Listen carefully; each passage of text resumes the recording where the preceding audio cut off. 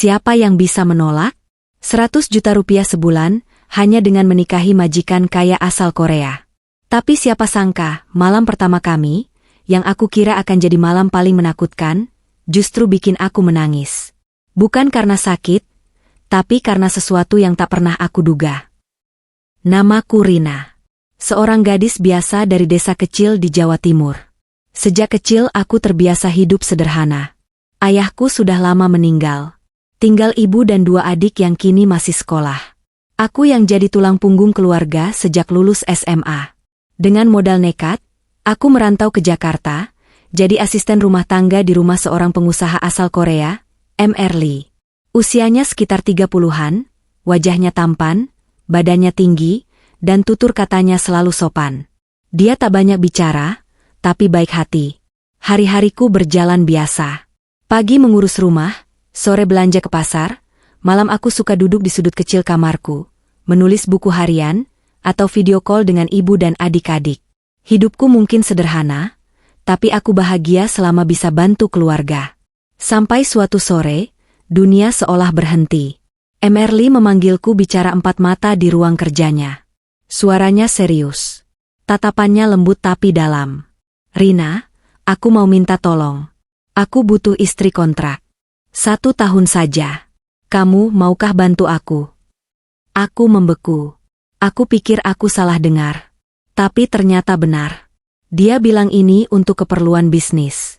Perusahaan tempat dia bekerja lebih mudah memperpanjang izin tinggal ekspatriat jika statusnya menikah. Aku tahu ini permintaan aneh. Tapi aku akan beri kamu 100 juta rupiah per bulan. Uang itu untukmu sepenuhnya. Kamu bisa gunakan untuk keluarga. Kepalaku pusing. 100 juta rupiah per bulan? Jumlah yang tak pernah aku bayangkan. Selama ini gajiku hanya cukup untuk bayar kontrakan, makan sederhana, dan sisanya dikirim ke kampung. Dengan uang sebesar itu, aku bisa lunasi utang ibu. Aku bisa biayai sekolah adik-adik sampai kuliah. Bahkan kami bisa punya rumah kecil di desa. Tapi, menikah kontrak? Bukankah itu berarti aku harus rela menjadi istri pura-pura? Bagaimana harga diriku nanti? Bagaimana orang memandangku jika tahu? Malam itu aku menangis dalam sujudku. Berjam-jam aku minta petunjuk pada Tuhan. Aku ingat wajah ibu yang makin tua dan sering batuk-batuk karena kelelahan. Aku ingat adik-adikku yang sering bilang ingin kuliah seperti anak teman-teman mereka. Aku ingat rumah kami yang dindingnya mulai lapuk, dan atapnya bocor saat hujan. Aku tahu ini jalan yang berat. Tapi aku juga tahu, mungkin ini satu-satunya cara agar aku bisa mengubah nasib keluarga. Akhirnya, dengan hati remuk tapi tekad bulat, aku berkata pelan, "Saya siap, Tuan. Asal saya tetap bisa menjaga kehormatan diri saya." M.R. Lee tersenyum kecil, matanya seolah lega. Tapi aku tahu, mulai hari itu, hidupku tak akan sama lagi. Hari itu akhirnya tiba. Hari pernikahan yang dalam mimpi masa kecilku seharusnya menjadi hari paling bahagia. Tapi nyatanya, hari itu menjadi hari di mana aku merasa seperti boneka yang dipajang dalam sandiwara besar. Pagi-pagi aku sudah dibawa oleh perias profesional ke kamar hotel. Gaun putih dengan detail renda dan mutiara disiapkan untukku. Aku berdiri di depan cermin besar, melihat pantulan diriku. Siapa gadis dalam cermin ini? Wajahku begitu cantik dengan makeup tebal. Mataku dihias dengan eyeshadow lembut, bibirku merah muda alami. Tapi sorot mataku kosong. Tak ada bahagia di sana. Hanya beban, hanya resah. Hotel tempat pernikahan kami digelar mewah sekali. Ballroom dengan lampu kristal bergantung tinggi, bunga mawar putih dan biru muda memenuhi setiap sudut ruangan. Karpet merah terbentang dari pintu masuk menuju pelaminan.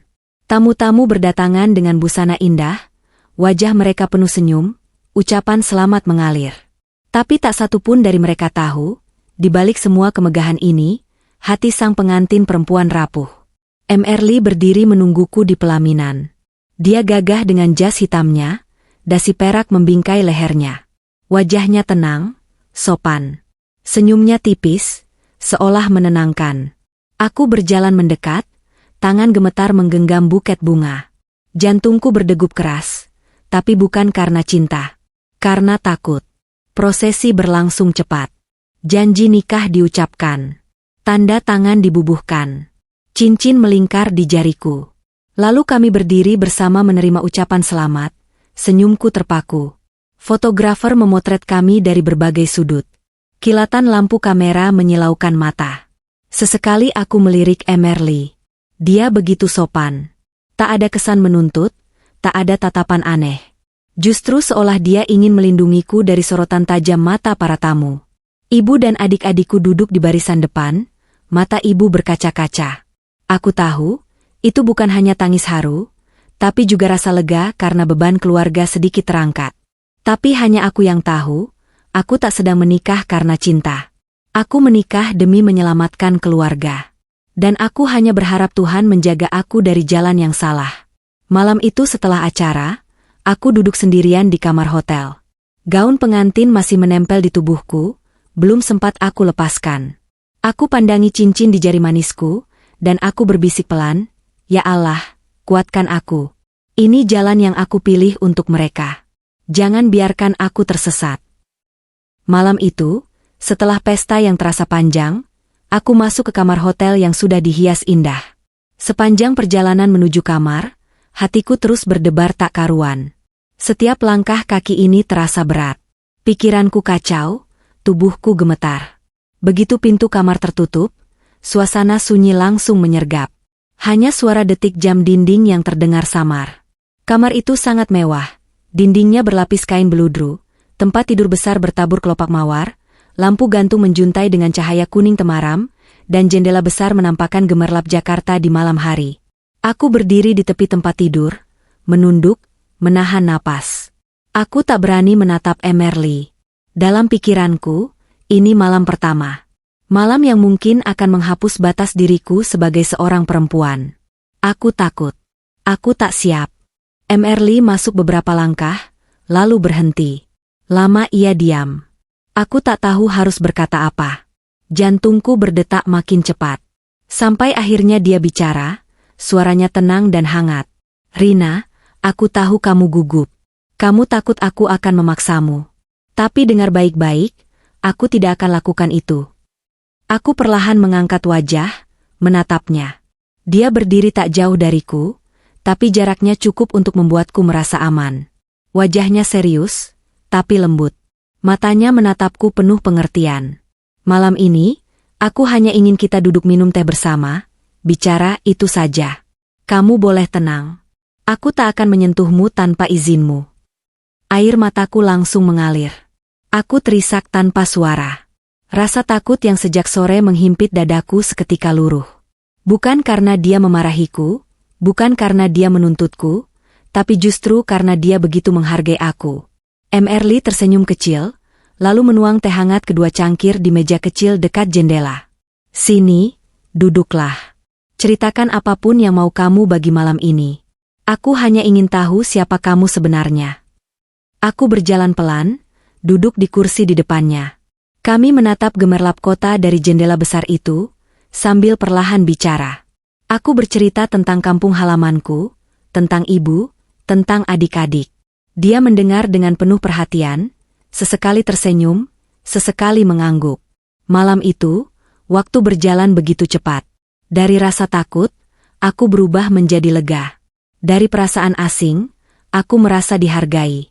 Aku menangis bukan karena luka, tapi karena syukur. Malam pertama kami bukan awal penderitaan, tapi awal sebuah penghormatan. Hari-hari setelah malam pertama itu berjalan bagai mimpi. Setiap pagi aku terbangun di apartemen mewah Emerly. Apartemen dengan jendela besar menghadap kota Jakarta yang sibuk, sofa empuk, dapur modern, dan kamar tidur yang luas. Tapi meski tempat tinggal itu megah, hati ini masih terasa sepi dan asing. Emerly selalu memperlakukanku dengan sangat sopan. Setiap pagi sebelum berangkat kerja, dia menyapaku dengan senyum lembut. "Rina, aku berangkat dulu. Jaga diri baik-baik, ya," ucapnya. Lalu dia pergi dengan langkah tenang. Setiap sore dia pulang membawa makanan favoritku, atau membawakanku sesuatu yang dia lihat di toko dan mengingatkannya padaku, syal hangat, buku resep masakan Indonesia, atau bunga segar. Sikapnya selalu penuh perhatian, tapi menjaga jarak. Dia tak pernah menuntut aku untuk bersikap sebagai istri yang sepenuhnya. Dia tak pernah masuk kamarku tanpa izin. Bahkan tak pernah sekalipun mencoba mendekat lebih dari sekadar teman. Tapi justru di sanalah tanda tanya itu tumbuh. Kenapa dia begitu? Kenapa dia tak pernah mencoba mendekat? Kenapa dia begitu baik? Seolah ingin melindungiku, padahal hubungan kami hanya kontrak? Malam-malam aku habiskan di balkon apartemen, menatap lampu-lampu kota yang berkerlip. Angin malam meniup hijabku pelan, seolah membisikkan pertanyaan yang tak bisa aku jawab. Setiap aku mendengar suara langkah kakinya pulang, hatiku berdebar. Bukan karena takut, tapi karena lega. Karena dia kembali dengan senyum dan kata-kata hangat yang menenangkan. Aku mulai memperhatikan kebiasaan kecilnya. Cara dia menyusun buku di rak dengan rapi. Caranya mengaduk kopi setiap pagi selalu searah jarum jam. Caranya menatap langit malam sebelum tidur, seolah ada beban yang tak pernah ia bagi. Dalam diam, aku bertanya, kenapa aku? Kenapa aku yang dia pilih? Bukankah dia bisa memilih siapapun? Aku ingin bertanya langsung padanya. Tapi setiap kesempatan itu datang, mulutku terkunci. Aku takut mendengar jawaban yang mungkin akan menyakitiku. Atau mungkin, aku takut mendengar jawaban yang membuatku makin sulit menjaga jarak. Hari-hari penuh tanda tanya itu membuat aku semakin bimbang. Aku mulai takut pada perasaanku sendiri.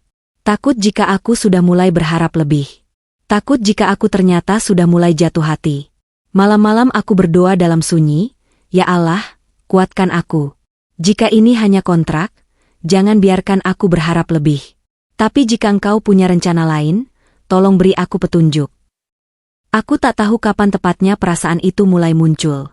Mungkin sejak pagi-pagi buta ketika Emerly membangunkanku dengan teh hangat di tangan. Atau sejak sore-sore ketika dia pulang kerja membawa buah favoritku, sambil berkata, aku lihat ini di toko, aku ingat kamu suka. Atau mungkin sejak malam-malam di mana aku mendengar dia berdoa dalam bahasa Korea yang tak aku mengerti, tapi nadanya penuh rasa sedih yang menyentuh hati. Yang jelas, perlahan, benteng yang sejak awal aku bangun untuk menjaga jarak mulai runtuh. Aku mulai menanti langkah kakinya pulang. Aku mulai menanti suara pintu yang terbuka dan ucapannya yang hangat. Rina, aku sudah pulang. Setiap tatapannya yang tulus, setiap senyumnya yang menenangkan, membuatku makin sulit mengatur hati. Aku mulai memperhatikan hal-hal kecil tentang dirinya. Caranya tertawa kecil saat membaca buku favoritnya. Caranya menghela napas panjang ketika kelelahan setelah seharian rapat. Cara dia menatap hujan deras di jendela dengan mata kosong, seolah ada luka lama yang tak pernah sembuh. Dan setiap aku melihat itu semua, hatiku makin goyah. Aku mulai bertanya-tanya dalam hati, kenapa aku harus menjaga jarak kalau aku sudah mulai sayang? Tapi kemudian aku tersadar, ini hanya kontrak. Bukankah kami sudah sepakat? 1 tahun. Lalu selesai. Malam-malam aku menangis diam-diam. Di kamar, aku sering menulis di buku harian. Hal-hal kecil yang dia lakukan yang membuat aku semakin sulit menolak perasaan ini. Tulisanku penuh dengan kata-kata batin yang tak pernah aku ucapkan. Hari ini dia membelikan aku payung baru. Alasannya, dia lihat aku kehujanan kemarin. Kenapa aku jadi merasa istimewa? Padahal aku hanya istri kontrak. Hari ini dia menanyakan kabar ibu di kampung. Matanya begitu tulus. Kenapa hatiku bergetar hanya karena perhatian kecil itu? Aku sering terjaga di tengah malam, memandangi bayangannya yang duduk di ruang tamu sambil membaca atau sekadar menatap kosong keluar jendela. Ingin sekali aku mendekat, ingin sekali aku bilang, aku ada di sini kalau kamu mau cerita. Tapi aku takut.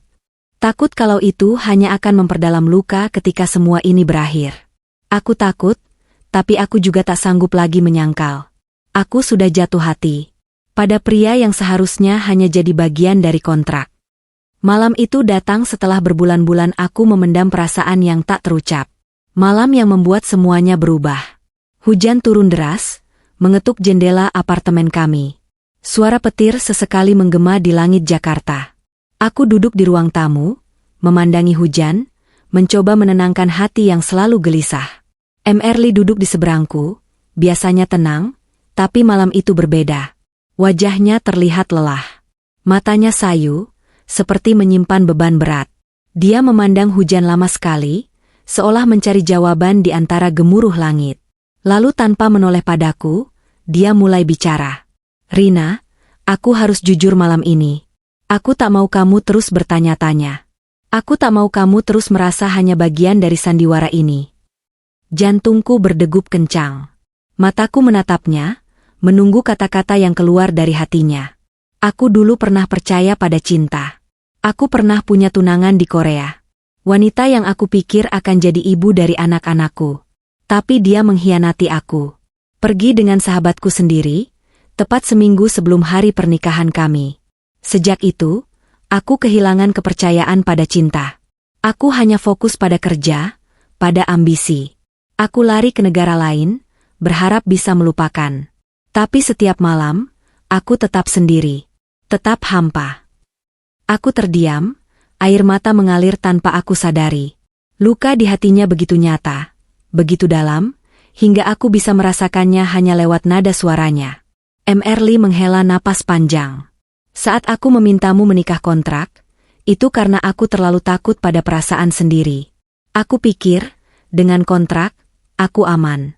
Aku tak perlu takut patah hati lagi. Tapi kamu, Rina, kamu membuat aku ingin percaya lagi. Kamu membuat aku ingin membuka hati lagi. Tangisku pecah. Selama ini aku pikir hanya aku yang terjebak dalam perasaan yang tak boleh ada.